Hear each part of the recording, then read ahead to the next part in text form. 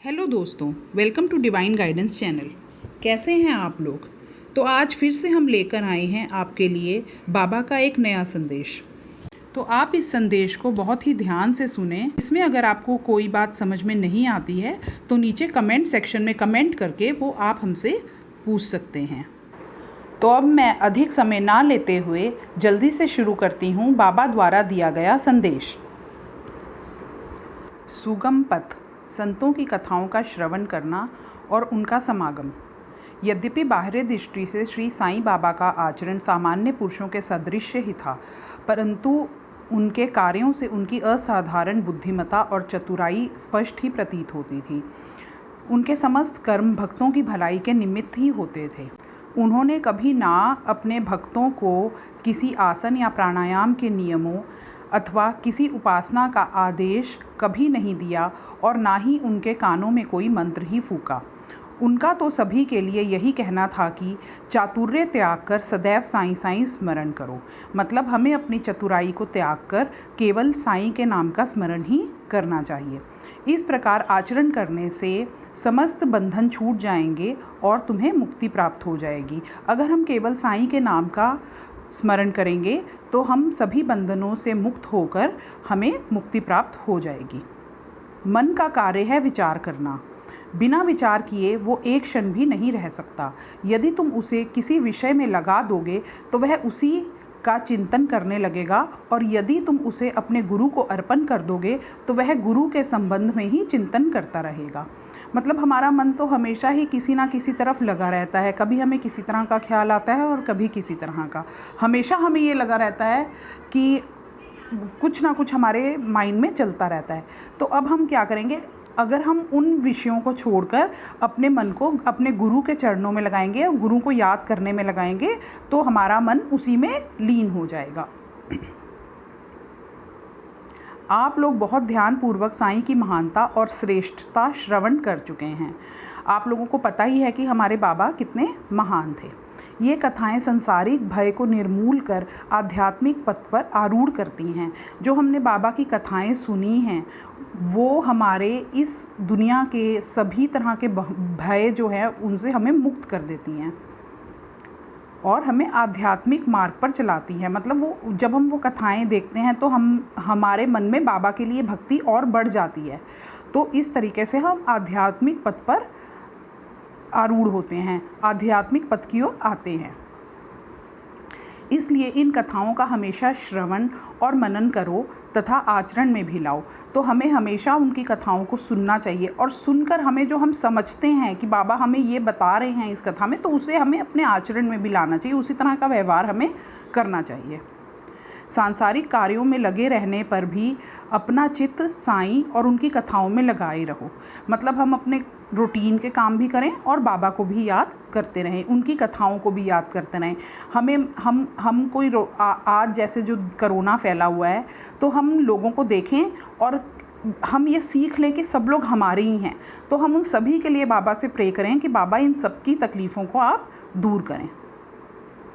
तब तो यह निश्चित है कि वे कृपा अवश्य करेंगे। अगर हम इस तरीके से बिहेव करेंगे तो बाबा हम पर कृपा अवश्य करेंगे। ये मार्ग अति सरल होने पर भी क्या कारण है कि सब इसका अवलंबन नहीं कर पाते? तो ये मार्ग बहुत ही सिंपल है। बस हमें इसमें क्या करना है? केवल हमें बाबा को याद करना है और जैसे उन्होंने समझाया उस तरीके से हमें आचरण करना है। लेकिन फिर भी सब लोग इस बाबा की इन बातों को मान नहीं पाते। तो इसका कारण केवल ये है कि ईश कृपा के अभाववश लोगों में संत कथाएं श्रवण करने की रुचि उत्पन्न नहीं होती।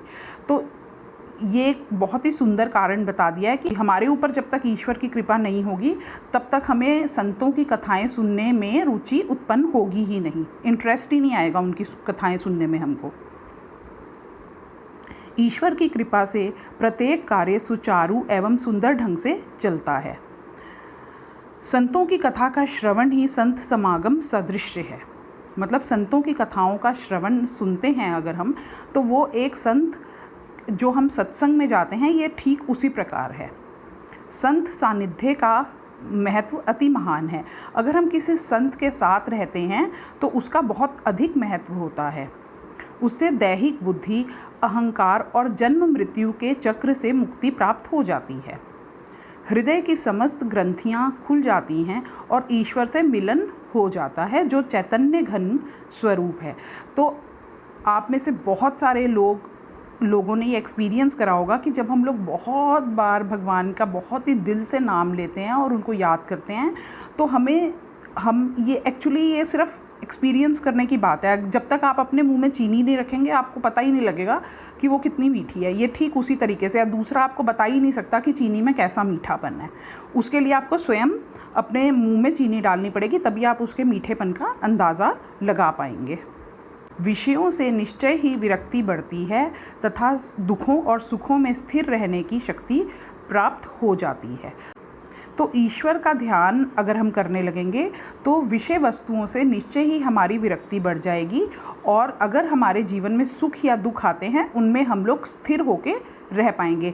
जैसे क्या होता है, कई बार सुख आता है तो हम बहुत ज़्यादा खुश हो जाते हैं, और कभी दुख आता है तो हम बहुत ज़्यादा उसमें परेशान और दुखी हो जाते हैं।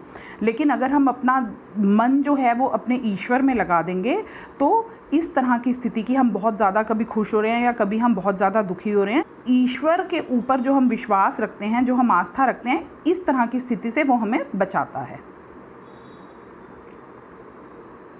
यदि तुम कोई साधन जैसे नाम स्मरण, पूजन या भक्ति इत्यादि नहीं करते, परंतु अनन्य भाव से केवल संतों के ही शरणागत हो जाते हो, तो वे तुम्हें आसानी से भव सागर के पार उतार देते हैं। कोई बात नहीं है, बहुत सारे लोग आजकल पूजा नहीं करते हैं, तो अगर आप वो नहीं भी करते हो, कोई कर्मकांड या दिखावेबाजी, तो उससे कोई फ़र्क नहीं पड़ता। आपका मन साफ होना चाहिए, आपका मन सच्चा होना चाहिए, और वो ईश्वर में लीन होना चाहिए। तो केवल इतना ही करने से भी हमारे जो ईश्वर हैं वो हमसे खुश हो जाएंगे और हमें इस भवसागर से पार उतार देंगे। इसी कार्य के निमित्त ही संत विश्व में प्रकट होते हैं। पवित्र नदियाँ गंगा, यमुना, गोदावरी, कृष्णा, कावेरी आदि जो संसार के समस्त पापों को धो देती हैं, वे भी सदैव यही इच्छा करते हैं कि कोई महात्मा अपने चरण स्पर्श से हमें पावन करे। ऐसा संतों का प्रभाव है। गत जन्मों के शुभ कर्मों के फलस्वरूप ही श्री साईं चरणों की प्राप्ति संभव है। तो हमें साईं चरणों की प्राप्ति कैसे संभव है कि अगर हमने पिछले जन्म में अच्छे कर्म करे होंगे, तभी हमें श्री साईं चरणों की प्राप्ति संभव हो पाएगी इस जन्म में। मैं श्री साईं के मोह विनाशक चरणों का ध्यान कर ये अध्याय समाप्त करता हूँ। उनका स्वरूप कितना सुंदर और मनोहर है। मस्जिद के किनारे पर खड़े हुए सब भक्तों को उनके कल्याणार्थ उदी वितरण किया करते हैं।